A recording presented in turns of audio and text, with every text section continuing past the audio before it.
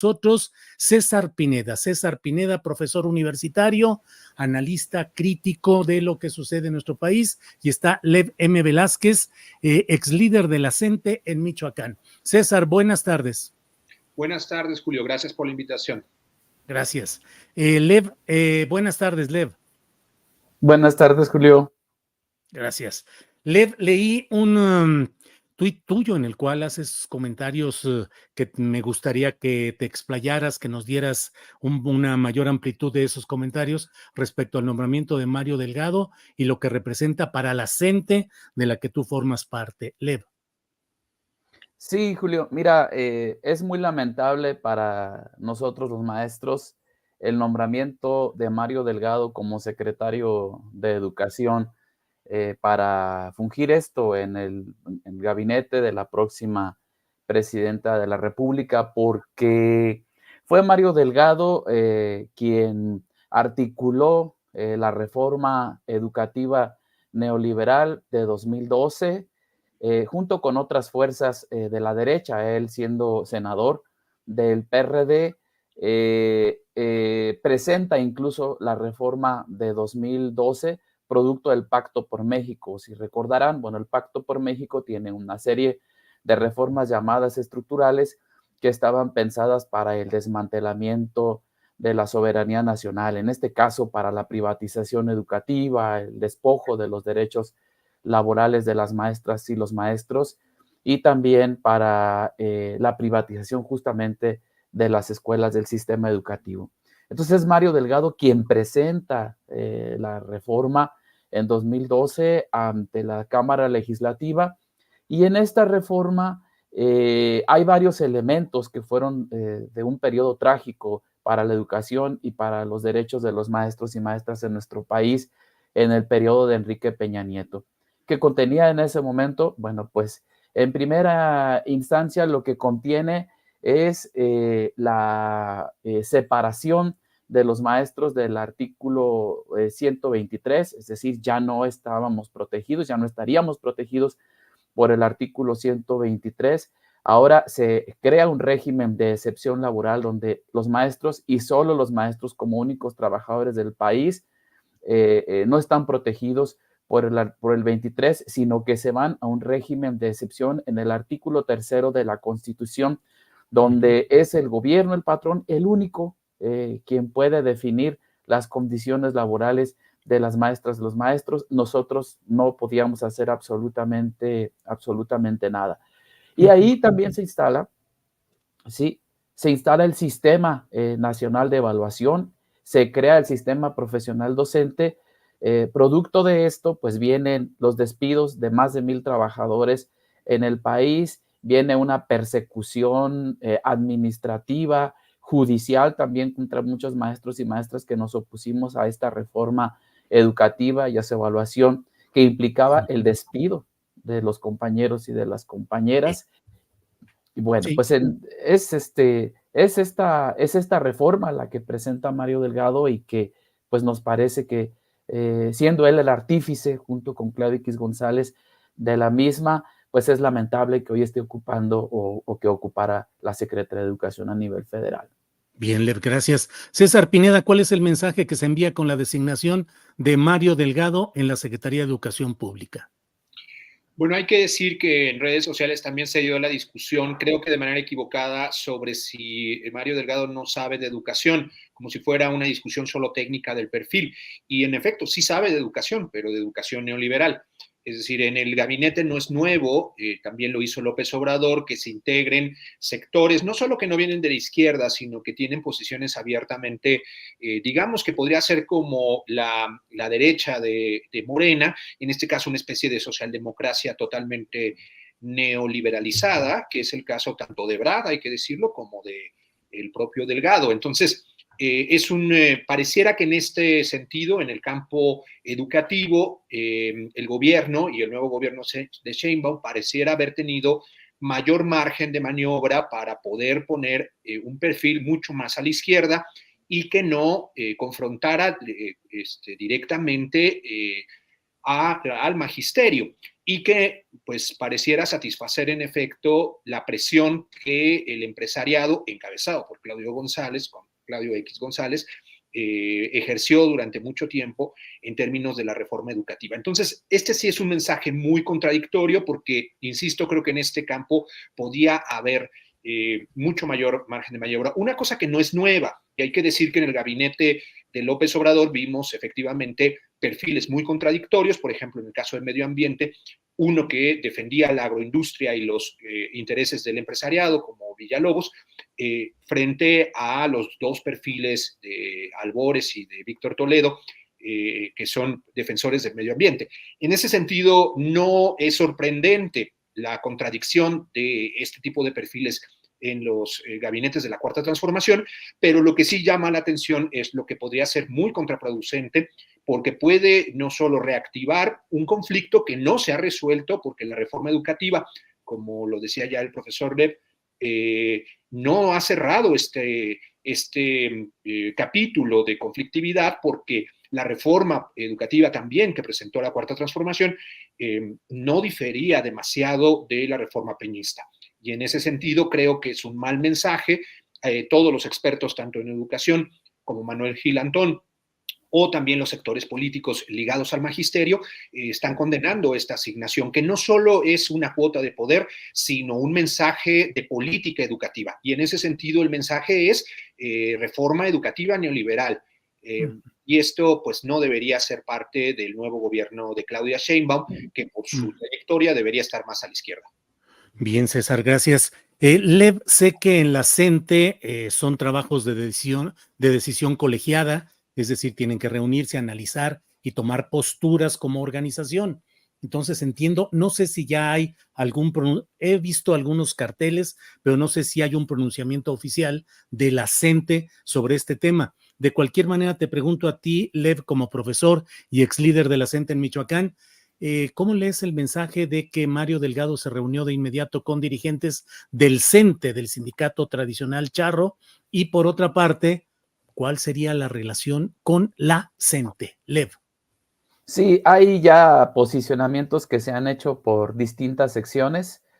Michoacán es uno de los casos de que se manifiesta ya en el repudio, digamos, el desacuerdo con este nombramiento. Están también los compañeras de la sección 14 del estado de Guerrero, son algunos de los que yo he observado y que, bueno, pues será seguramente, si no se convoca una reunión más pronta, a finales de este mes, cuando será una reunión de balance en el que estará incluido este tema de los nuevos nombramientos, pero sí, de manera rápida, pronta, se han sacado ya algunos carteles digitales señalando quién es Mario Delgado, cuál ha sido su participación en este proceso de articulación de la reforma educativa neoliberal, ¿no? Y bueno, por ahí escuchaba de los mismos militantes del partido oficial que Mario Delgado representaba un perfil político capaz de negociar con las diferentes fracciones del magisterio a nivel nacional. Esto creo que será más bien complicado porque en el caso del CENTE, pues no hay nada conflictivo ahí. El CENTE estará a disposición de lo que diga el gobierno en turno. Así ha sido con los gobiernos panistas, con los gobiernos priistas. No es distinto con el gobierno del partido oficial en este momento. Ayer precisamente ni tardes ni perezosos se reunían de manera inmediata para salir a decir que eran aliados ahora de tanto el CENTE como Mario Delgado, próximo secretario de Educación. Con la CENTE me parece que será complicado. No era Mario Delgado el perfil político o no es el perfil político que pudiera negociar, digamos, que pudiera convocar al diálogo sin fricciones, ¿no? Sin reclamos a la CENTE. Todo lo contrario, hay un señalamiento de confrontación de la CENTE hacia Mario Delgado, en efecto, no solo por su participación en la reforma de 2012 que implicó encarcelados, asesinados, despedidos, perseguidos y demás, ¿no? Sino también porque ha mentido a lo largo de su actuar político. En 2018 había dicho que de esa reforma que él mismo impulsó no iba a quedar ni una coma. No fue así. cuando presentan a las cámaras legislativas la nueva reforma de Morena, ahí dice, esta no está aquí el régimen de excepción, sino es una reforma excepcional para los maestros, pero otra vez crean el sistema de carrera para maestras y maestros que hace a un lado al magisterio, que es el yugo que en este momento tienen las profesoras y los profesores, que no les permite mejorar sus condiciones laborales y profesionales. Es en esta reforma en la que se pactan una serie de cosas contra las que el magisterio ha luchado a lo largo de los últimos años del neoliberalismo, ¿no? Entonces, es una reforma que también pacta con la derecha, ¿no? En esta misma vez en la que suben a tribuna los legisladores de la hoy llamada Cuarta Transformación, señalan el agradecimiento a sectores de la derecha, como es el caso del propio Romero Hicks, que ha sido un articulador del neoliberalismo educativo desde los sectores más conservadores, y le señala y le dice, tú estás consciente de que las cosas, tu mensaje, tus propuestas están presentes en esta reforma que hoy presentamos y que sostiene el despojo de los derechos de las maestras y de los maestros a nivel nacional. Entonces, no creo que sea el perfil correcto, me parece que todo lo contrario, habrá unos momentos muy ríspidos para la gente, y creo que también ese puede ser la intención, ¿no? Alejar a la gente, impedir o presentar una figura que tenga un distanciamiento en las mesas de diálogo, en los constantes diálogos que se hicieron a últimas fechas con este gobierno de la Cuarta Transformación. Bien, gracias, Lev. César, otro tema es el relacionado con el nombramiento de Omar García Harfuch. Hay voces que señalan que eso resulta particularmente preocupante. ¿Qué opinas? ¿Cuál es el contexto, César? Sí, para ser justos también hay que decir que, y para tener un equilibrio o completa la visión, creo que las designaciones de Rosaura Ruiz, de antes también para ciencia, en el caso también de Ariadna Montiel y Rosa Isela, en la Secretaría de Gobernación, son perfiles claramente anclados a la izquierda, dos de ellas a la izquierda universitaria, es decir, parece tener mucho mayor coherencia programática estas designaciones, e incluso las designaciones también en salud, que son más académicas, son más técnicas y que anuncian, pues sí, mejorar o fortalecer lo que fue un área muy contradictoria y muy con pocos resultados, como es el del área de la salud.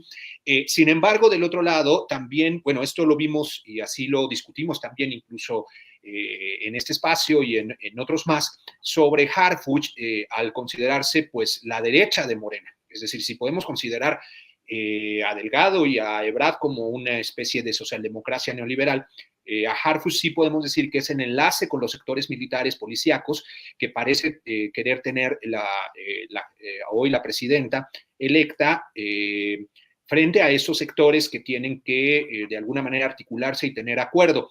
Eso en el realismo político puede entenderse, pero el problema es que estas designaciones, igual que la discusión que está fuera del gabinete, que tiene que ver con las alianzas de Morena, tanto en el Congreso como en las nominaciones de personajes pues detestables e impresentables en todo el país para gubernaturas, diputaciones, presidencias municipales, etcétera, abre la discusión de qué tanto los gobiernos progresistas necesitan o se puede aliarse con sectores abiertamente de derecha, y este es el caso de Harfuch. Entonces, el caso también de Ayotzinapa, que no sigue sin aclararse el papel que ha jugado Harfuch, al parecer bastante involucrado en el proceso de conocimiento del proceso de la construcción de la verdad histórica, pues cuestionan un tema muy delicado que ha venido degradándose además en la voz del presidente con su relación con los padres de los 43 y con las organizaciones civiles que les acompañan, no parece otra vez una buena señal.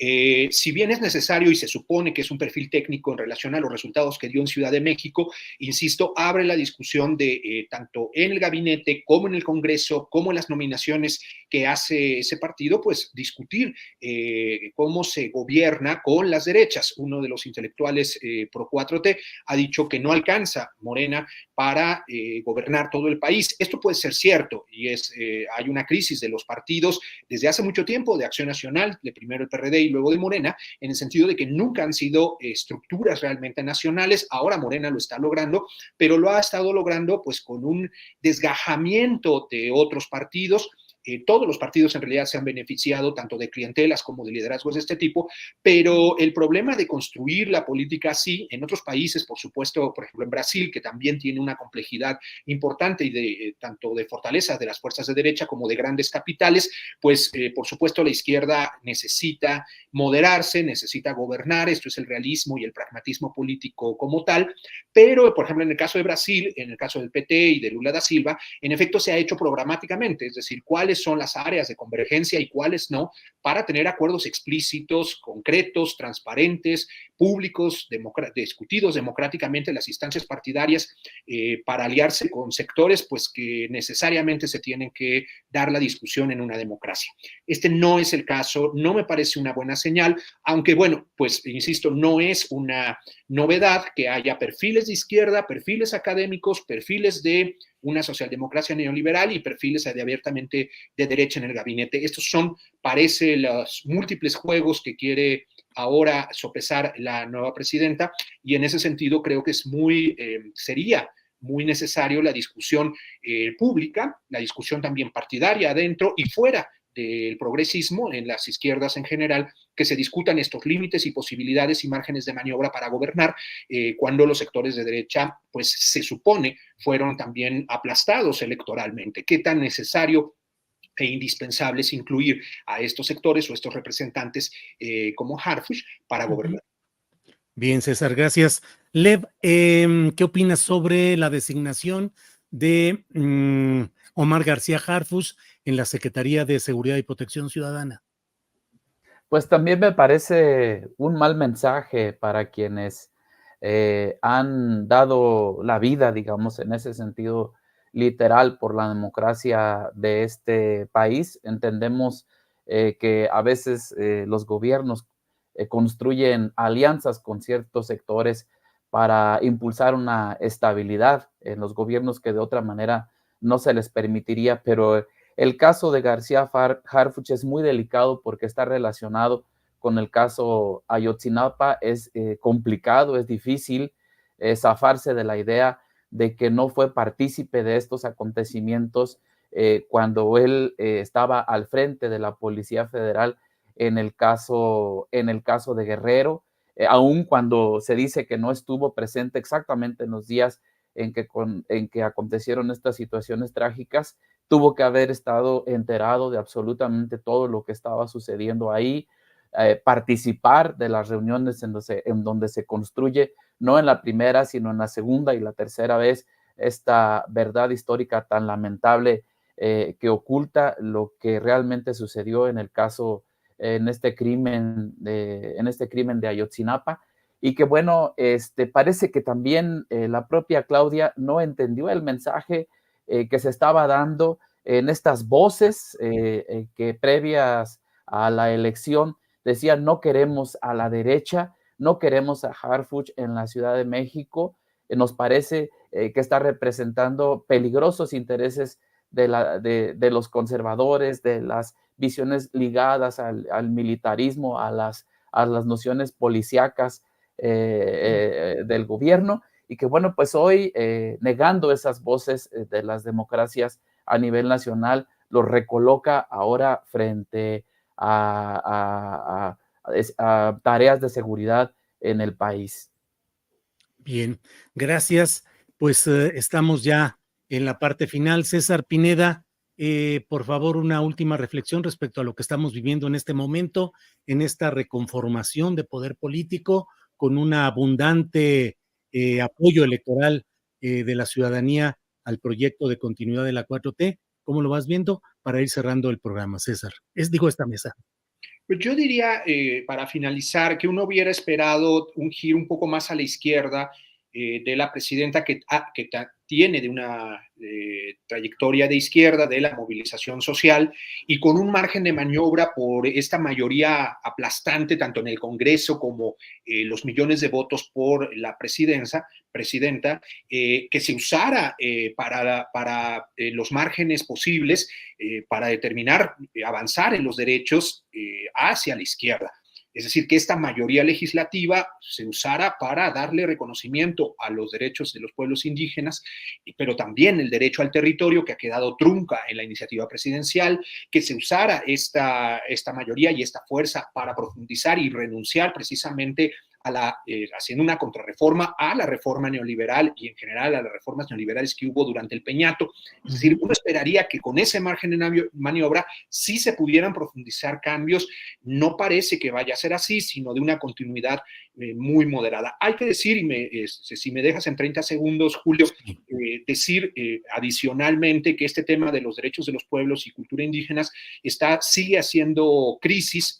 Hoy en Ostula, hace un par de días, hace 48 horas, ha recibido un ataque del narcotráfico. Estamos por sacar y invitar a toda la gente a que se sume a la acción urgente, llamando al presidente a intervenir en esta comunidad autónoma de Ostula, y esta serie de procesos invitaría a que precisamente la izquierda o el progresismo hoy en el poder y con esta enorme mayoría, pues pudiera profundizar cambios hacia la izquierda, continuar efectivamente en los derechos sociales que ha pues reivindicado en una parte, y que pudiera moderar de alguna manera estas políticas tanto militaristas como de personajes de derechas, como no solo de guiños y apapachos a los grandes capitales, sino que frenara y se diera una discusión de cómo virar, en qué margen posible también de manera realista girar hacia la izquierda. Ojalá y se abra esta discusión o se profundice, porque hoy mucha gente efectivamente está